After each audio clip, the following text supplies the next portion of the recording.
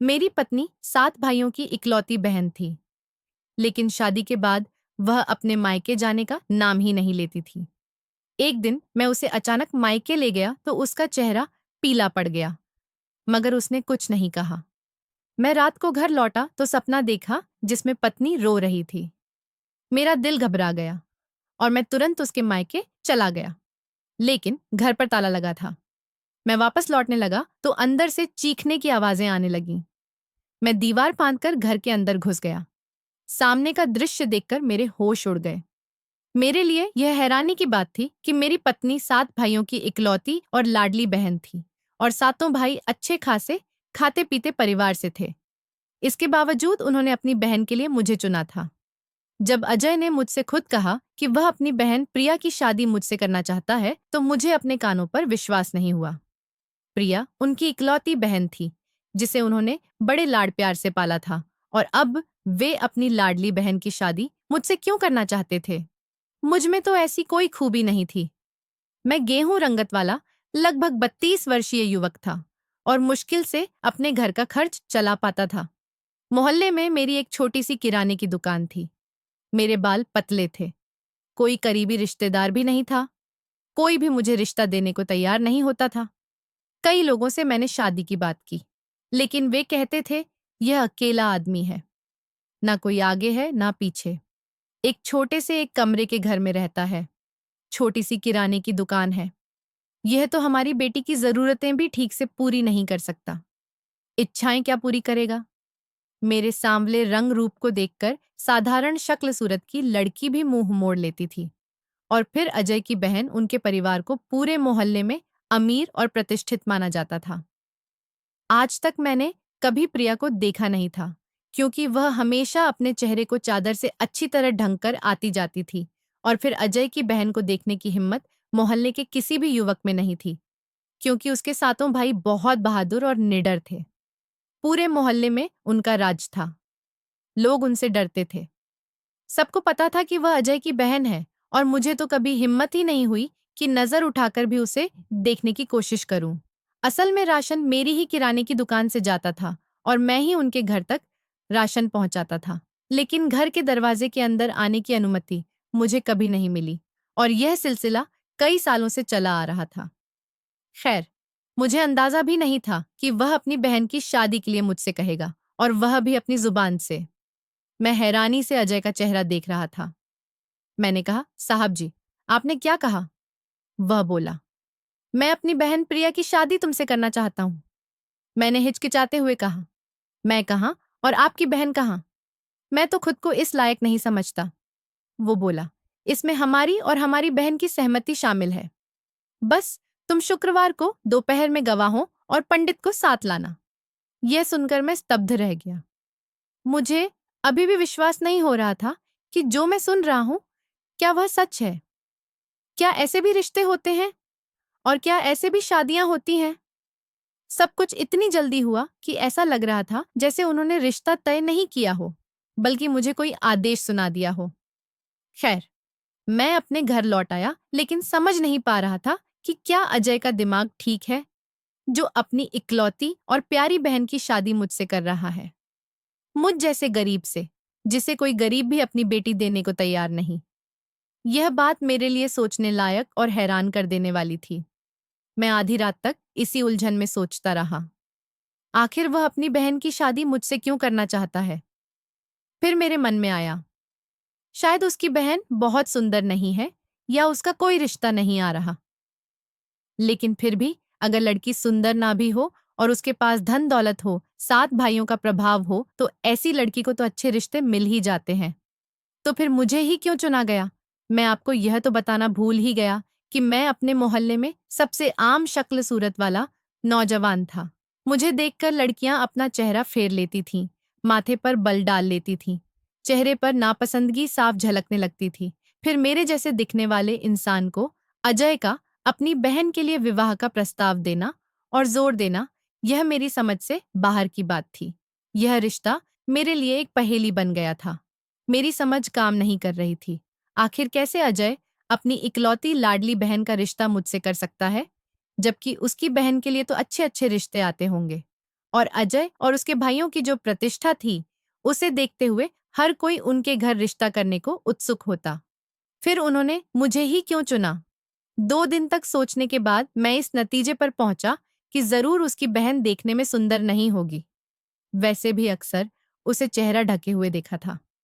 हो सकता है उसे कोई अच्छा रिश्ता ना मिल रहा हो, इसलिए मुझसे यह बात कही गई।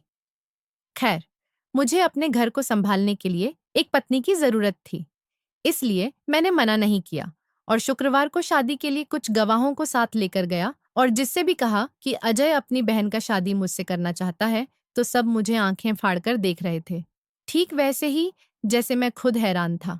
जब मैं उनके घर गया तो कोई विशेष तैयारी नहीं की गई थी, बस हमें बैठक में बैठा दिया गया। सादगी से शादी हुई और सातों भाई चुपचाप बैठे हुए थे। उनके कपड़ों से भी नहीं लग रहा था कि उन्होंने नए कपड़े पहने हों। यह बहुत ही अजीब सी शादी थी। 7 भाइयों की इकलौती बहन की शादी, और वह भी इतनी सादगी से।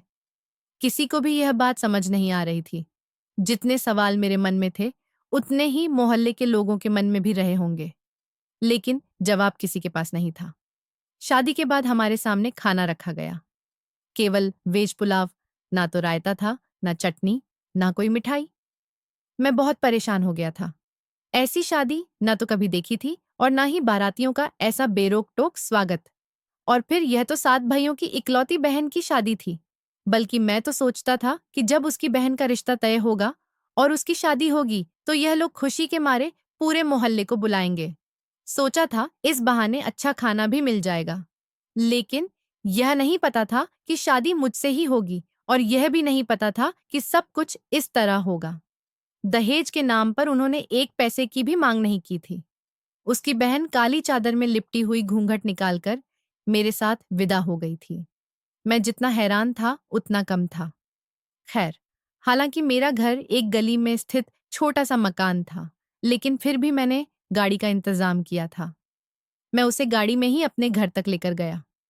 वो भी एक पड़ोसी की गाड़ी थी, जो मेरे कहने पर तैयार हो गया था। थोड़ा सा ही रास्ता था, लेकिन मैं अपनी तरफ से उस लड़की को पूरा सम्मान देना चाहता था। मैंने सोचा, चलो, जो सवाल मेरे मन में उठ रहे हैं, उनके जवाब अपनी पत्नी से पूछ लूंगा। आखिर इसकी वजह क्या थी? लेकिन मैं मन ही मन सोच चुका था कि उसकी बहन सुंदर तो बिल्कुल नहीं होगी। तभी उन्होंने अपनी बहन की शादी मुझसे कर दी। हो सकता है उम्र भी ज्यादा हो या अच्छा रिश्ता ना मिल रहा हो। कई सवाल मेरे दिमाग में घूम रहे थे। खैर, जैसे ही मैं अपने घर पहुंचा, मैंने प्रिया का हाथ पकड़ लिया, जो काली चादर में लिपटी हुई थी। लेकिन मुझे महसूस हुआ कि वो कांप रही है, काफी डरी हुई है। मैं उसे अपने कमरे तक ले गया। मेरे कमरे में बस माँ के समय का एक पुराना पलंग था, जिसे मैंने थोड़े पैसे खर्च कर पॉलिश करवा लिया था। मैंने कहा, आप यहाँ आराम से बैठ सकती हैं, चादर भी हटा सकती हैं। अगर भूख लगी हो तो मैं खाने का कुछ इंतजाम कर देता हूँ। मैंने उससे पूछा, क्योंकि मुझे नहीं पता था कि लड़की ने कुछ खाया भी है या भूख ही चली आई है। उसने ना में सिर हिला दिया। मैं कमरे से बाहर चला गया। बड़ी अजीब स्थिति थी, जिसे मैं समझ नहीं पा रहा था। पता नहीं क्यों मेरे मन में एक के बाद एक सवाल उठ रहे थे। मुझे यही समझ नहीं आ रहा था कि अजय ने अपनी बहन की शादी मुझसे क्यों की, और दूसरा सवाल था कि शादी इस तरह चोरी छिपे क्यों की गई, जैसे कोई आयोजन ही ना किया गया हो। ऐसी शादी हो तो इंसान असमंजस में तो पड़ ही जाता है। सोचने लगता है कि आखिर इसकी वजह क्या थी। कुछ मैं मानसिक रूप से शादी के लिए तैयार नहीं था, क्योंकि सिर्फ 8 दिन का ही समय मिला था। वो पूरा समय यही सोचते हुए निकल गया कि आखिर अचानक ही शादी क्यों तय कर दी गई। फिर मैंने सोचा कि मुझे कमरे में जाना चाहिए, क्योंकि मेरे हर सवाल का जवाब शायद प्रिया के पास होगा। लेकिन मैं सोच रहा था कि पता नहीं आज की रात ऐसे सवाल जवाब करना उचित रहेगा या नहीं। एक तो शादी के मामले में मुझे वैसे भी आत्मविश्वास की थोड़ी कमी थी, क्योंकि अक्सर मेरी शक्ल देखकर रिश्ते से इनकार कर दिया जाता था। इसलिए खुद मेरी शादी हो जाना ही मेरे लिए एक अनोखी बात थी। फिर एक लड़की से बात करना, और वह भी पत्नी के रूप में, मुझे बहुत मुश्किल लग रहा था। खैर, मैं कमरे में दाखिल हुआ। उस वक्त प्रिया ने चादर हटा दी थी। उसने हल्के गुलाबी रंग का सादा सा फैंसी कपड़ा पहना हुआ था। गहनों के नाम पर कुछ भी नहीं पहना था, सिर्फ हल्का फुल्का मेकअप था। लेकिन जैसे ही मैं उसके सामने जाकर बैठा और उसे देखा तो मेरा दिमाग घूम गया, क्योंकि वह लड़की तो बेहद खूबसूरत थी। मुझे अपनी आंखों पर यकीन करना मुश्किल हो रहा था। मैं कभी सोच भी नहीं सकता था कि वो इतनी सुंदर हो सकती है। और दूसरी बात जिसने मुझे जोरदार झटका दिया, वो यह कि वह मुश्किल से 22 साल की लड़की थी। इतनी कम उम्र की, और मैं 32 साल का। मुझे अपना आप उसके सामने बिल्कुल मूर्ख सा लग रहा था। अब तो मेरे मन में और भी ज्यादा सवाल उठने लगे थे कि अपनी इतनी सुंदर बहन की शादी अजय ने मुझ जैसे व्यक्ति से क्यों कर दी, जिसके पास ना तो धन है, ना रूप, और ना ही कोई आकर्षक व्यक्तित्व। मैं तो उसके सामने बिल्कुल शून्य था। मैं और भी मानसिक उलझन में फंस गया था, जो मैं सोच रहा था कि उससे बहुत से सवाल करूंगा। मेरी तो बोलती ही बंद हो गई थी। क्या सवाल करता? उसका सौंदर्य मुझे निरुत्तर कर गया था। मैं तुरंत बिस्तर से खड़ा हो गया। शायद उसे मेरी इस प्रतिक्रिया की उम्मीद नहीं थी। उसने एक नजर मेरी तरफ देखा, फिर शर्म से अपनी नजरें झुका ली। मैंने कहा, आप तो काफी खूबसूरत हैं और उम्र भी कम है। मेरे सवाल पर उसने मेरी तरफ देखा और कहा, मैं समझी नहीं। मैंने कहा, मैं खुद को आपके योग्य नहीं समझता। मैंने झूठ नहीं कहा था, बिल्कुल सच्ची बात कही थी, क्योंकि मैं और भी ज्यादा मानसिक उलझन में घिर गया था। उसने कहा, आप कैसी बातें कर रहे हैं? मैं हैरान था कि उस लड़की ने मुझे देखा, जबकि उसे मुझसे ज्यादा हैरान होना चाहिए था। बल्कि मेरे हिसाब से तो उसे आंसू बहाने चाहिए थे, रोना चाहिए था। उसकी किस्मत में मेरे जैसे शक्ल वाले इंसान से जुड़ना लिखा था। वह तो एकदम साफ रंगत और सुंदरता की मालकिन थी, और मैं एकदम सांवले रंग और साधारण शक्ल वाला इंसान। लेकिन ना तो वह हैरान हुई, ना ही उसके चेहरे पर कोई घबराहट फैली, ना ही वह रोई, और मैं यह सोचकर परेशान था। वह कहने लगी, बैठ जाइए। मैं तो अपने चकराते हुए दिमाग को संभालते हुए सामने रखी कुर्सी पर बैठ गया। मुझे समझ नहीं आ रहा था कि अजय ने अपनी बहन के साथ इतना बड़ा अन्याय क्यों किया। मेरे जैसे इंसान के साथ तो कोई आम और साधारण सी लड़की भी अगर शादी के लिए मान जाती तो मैं उसे भी अपनी किस्मत समझकर खुश हो जाता। लेकिन इतनी सुंदर और आकर्षक लड़की के साथ मेरी शादी, मुझे लग रहा था जैसे मैं खुद इस रिश्ते के साथ अन्याय कर रहा हूं। मैंने कहा, मुझे सच में नहीं पता था कि आप इतनी सुंदर हैं। मुझे लगा था कि अगर अजय अपनी बहन की शादी मुझसे कराना चाहता है तो यकीनन वह उतनी सुंदर नहीं होगी, या शायद ठीक ठाक शक्ल सूरत की होगी। लेकिन आप तो बहुत सुंदर हैं और उम्र में भी कम लगती हैं। मेरे चेहरे पर जो उलझन थी वह समझ गई। कहने लगी, मुझे शादी से कोई आपत्ति नहीं थी, और मैं आपको पहले भी देख चुकी हूँ। यह बात मेरे लिए और भी हैरान कर देने वाली थी कि मेरी शक्ल देखने के बावजूद वह शादी के लिए तैयार हो गई। मेरी शक्ल देखकर तो लड़कियां आमतौर पर इनकार कर देती थीं, क्योंकि मैं सुंदर नहीं था। मेरे सामने के 4 दांत कुछ बाहर की ओर थे, जो बोलते और मुस्कुराते समय साफ नजर आते थे। मेरे चेहरे के नक्श भी कुछ खास नहीं थे। एकदम आम इंसान था, मुझ में कोई खास बात नहीं थी। फिर इतनी सुंदर लड़की मुझसे शादी क्यों कर सकती है? अजीब अजीब ख्याल मेरे दिमाग में आने लगे। मैं डर गया कि कहीं इस लड़की के साथ कोई हादसा तो नहीं हुआ, कहीं उसे कोई नुकसान तो नहीं पहुंचा। इसीलिए उसके घर वालों ने मेरा चुनाव किया। शायद यही वजह हो सकती है, क्योंकि कोई भी अपनी इतनी सुंदर बहन यूं ही किसी साधारण व्यक्ति को नहीं सौंपता। लेकिन यह सवाल प्रिया से पूछते हुए मुझे झिझक महसूस हो रही थी। मैं कुर्सी पर ही बैठा रहा। मैंने कहा, मैं ये बात समझ नहीं पा रहा कि आपके भाइयों ने मेरी शादी आपसे क्यों की। वह कहने लगी, क्यों? क्या आपको इस पर आपत्ति थी? जवाब देने के बजाय वह मुझसे ही सवाल करने लगी। मैंने कहा, मैं इस काबिल कहाँ की आपत्ति करूं, पर मैं समझ नहीं पा रहा हूं। वह कहने लगी, अगर आपको आपत्ति थी तो आप इनकार कर देते। यह कहते हुए उसका लहजा काफी सख्त हो गया था। फिर वह कहने लगी, क्या मैं आपको अच्छी नहीं लगी? क्या मैं आपको पसंद नहीं आई? यह सुनकर मैं और ज्यादा हैरान रह गया। मुझे लगा, क्या यह लड़की पागल हो गई है? क्या इसे मैं दिखाई नहीं देता? क्या यह ठीक से देख भी सकती है, या इसकी नजर कमजोर है? उसे मेरी कुरूपता दिखाई ही नहीं दे रही थी। मैं कुर्सी से उठकर उसके सामने जाकर बैठ गया। वह नजरें झुकाकर बैठी रही, लेकिन मैं समझ नहीं पा रहा था कि उससे बात क्या करूं। मैंने कहा, तुम्हारे भाई बहुत प्रभावशाली और समझदार व्यक्ति हैं।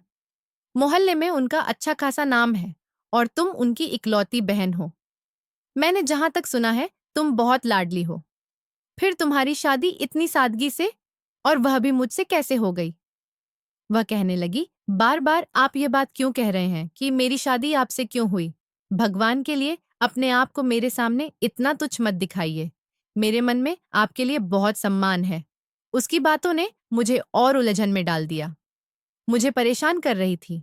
मैं तो यह सोचकर बैठा था कि प्रिया से सच्चाई जान जाऊंगा, लेकिन मैं तो और अधिक उलझन में पड़ गया, क्योंकि उसकी बातें मुझे मेरे सवालों के जवाब देने के बजाय और उलझा रही थीं।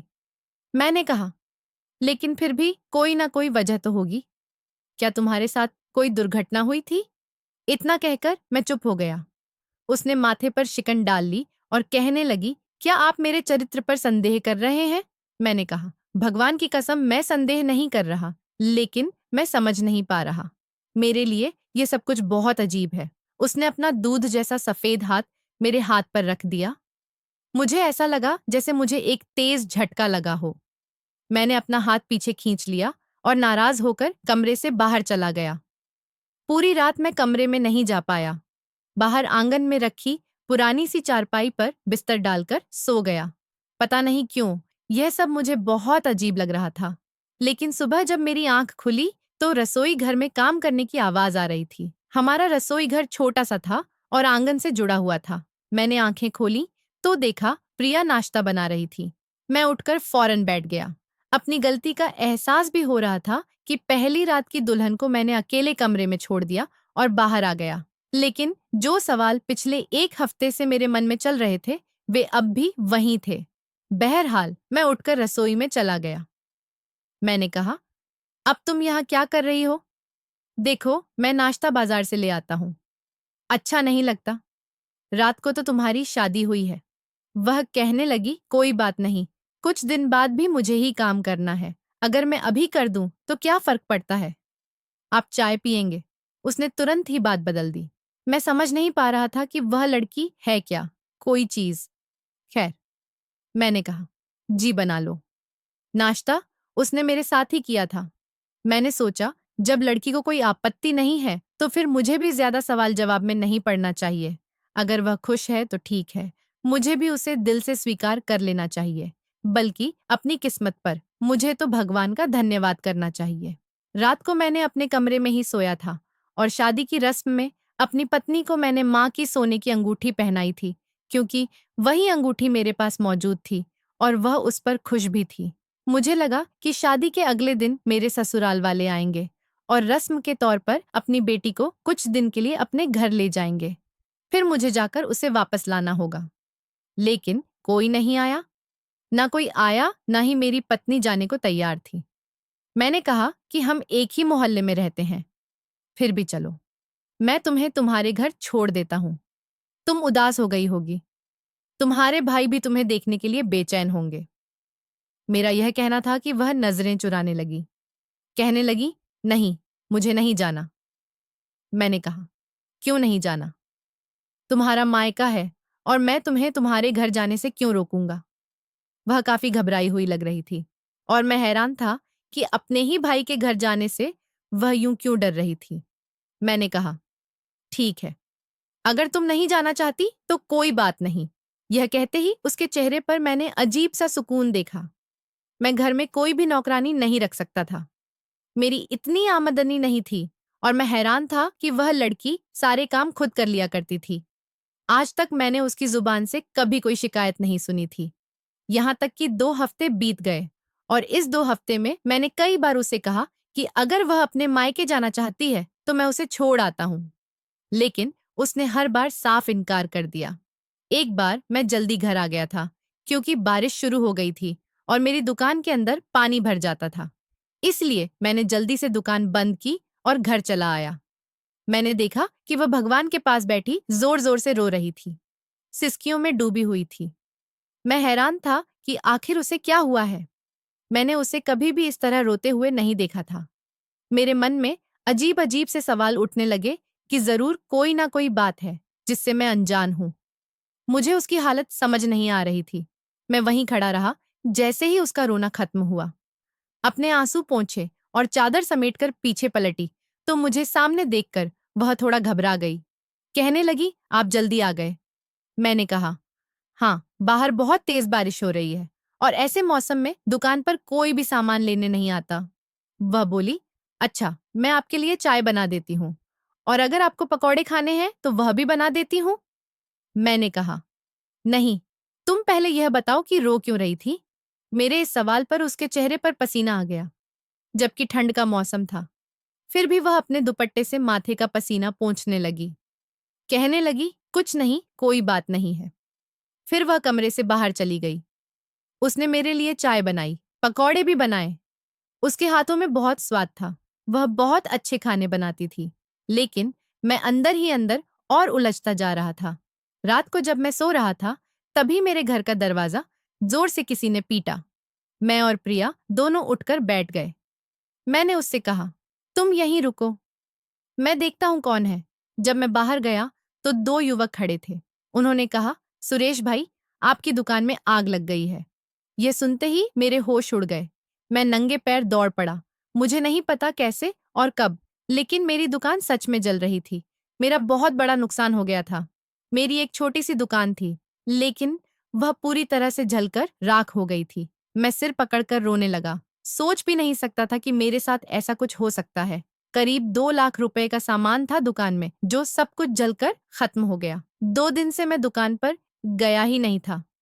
जाता भी तो करता क्या?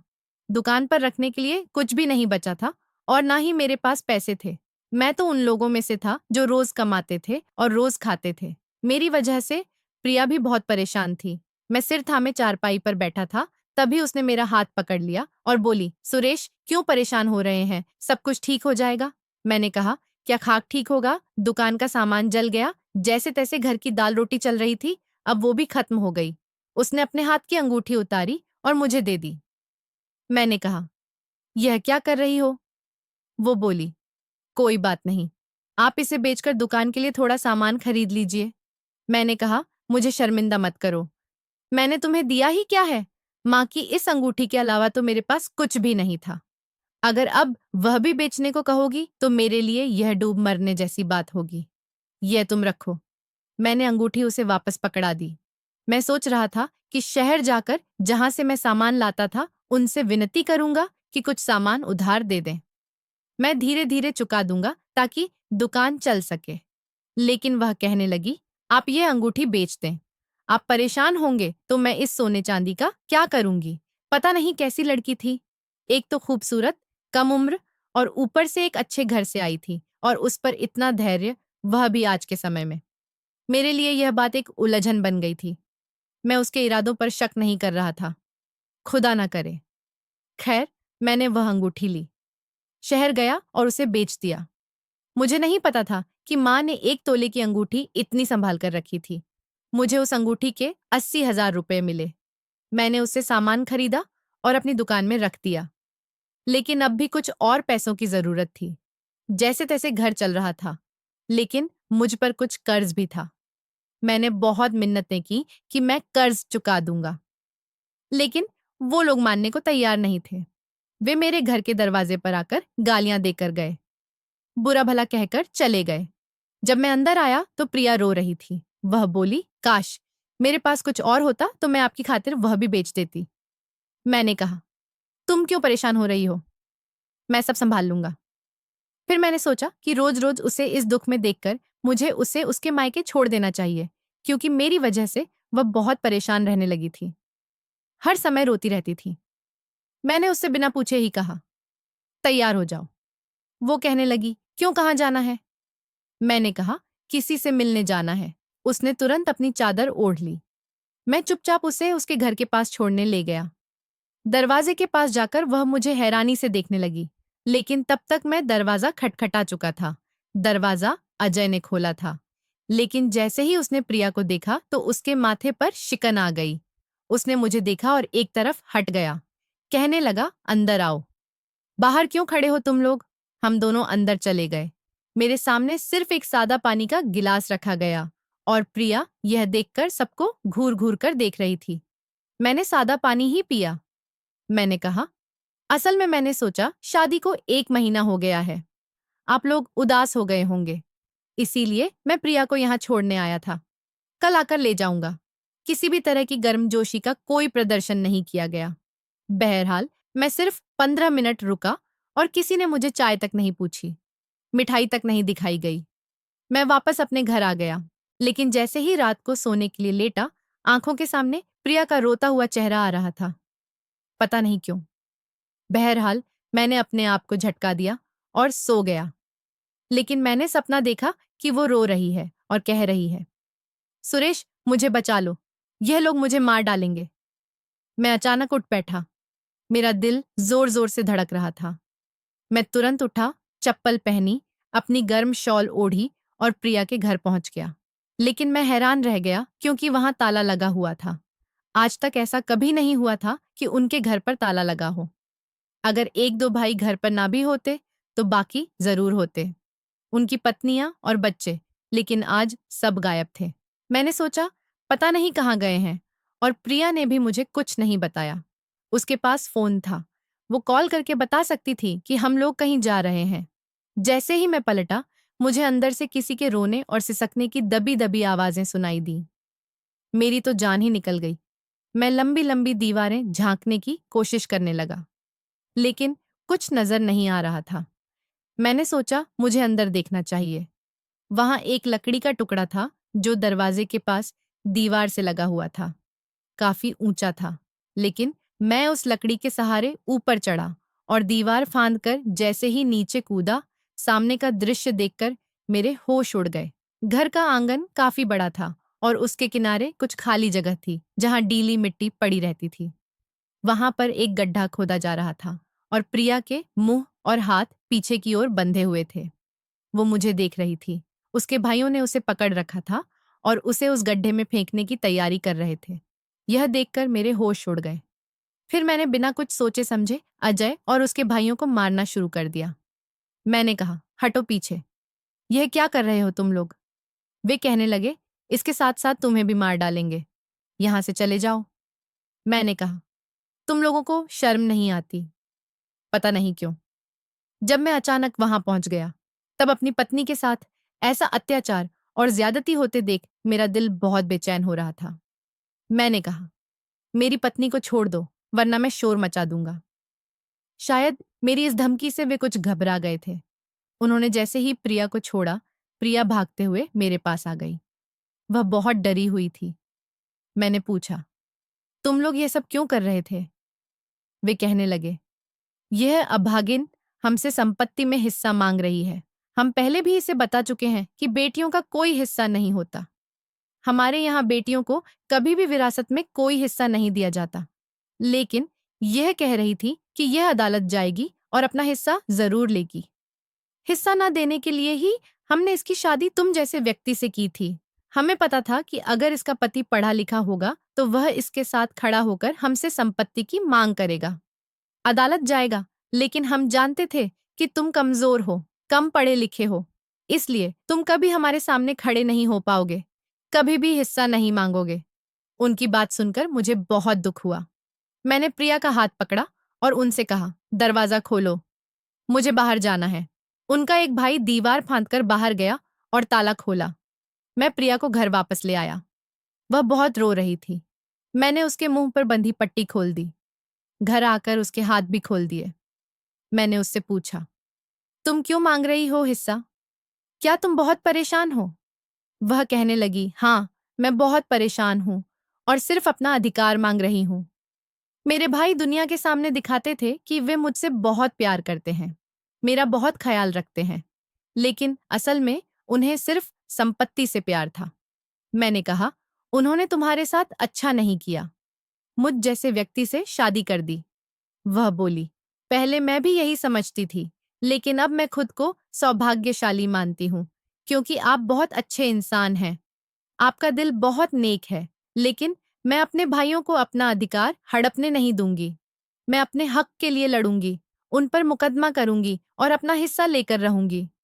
मैंने कहा, लेकिन मुझे कुछ नहीं चाहिए। मैं मेहनत कर रहा हूं। भगवान मुझे फल देगा और धैर्य रखने वालों की मदद हमेशा भगवान करता है। और वही हुआ। मेरी दुकान कुछ ही दिनों में बहुत अच्छी चलने लगी और मैंने कर्ज भी चुका दिया। अब हमारे घर में बहुत सुविधाएं आ गई थीं और जीवन सुखमय हो गया था। उधर प्रिया के भाइयों को करोड़ों का नुकसान हो गया था। उनका कपड़ा जो दूसरे देशों से आता था वह जल गया था क्योंकि जहाज में आग लग गई थी। सब पागल जैसे हो गए थे। चारों ओर रोना धोना मच गया था। उन्हें अपनी बहन का हिस्सा खाने की सजा मिल रही थी। भाई कभी भी तब तक समृद्ध नहीं हो सकते जब तक वे अपनी बहनों के अधिकार छीनते रहेंगे। बहनों की दुआएं भाइयों को कामयाबी दिला सकती हैं और उनकी बद्दुआएं उन्हें बर्बाद भी कर सकती हैं। इसलिए मेरी आपसे विनती है कि कभी भी बहनों के अधिकार मत छीनें, बल्कि उन्हें उनका पूरा हक दें। तो दोस्तों, यह थी आज की कहानी। इस कहानी पर आपकी क्या राय है? कमेंट में जरूर लिखिए। अगर आपको कहानी पसंद आई हो तो वीडियो को लाइक करें, चैनल को सब्सक्राइब करें और बेल आइकन दबाकर ऑल पर सेट कर लें ताकि नए वीडियो की सूचना आपको तुरंत मिल सके। धन्यवाद।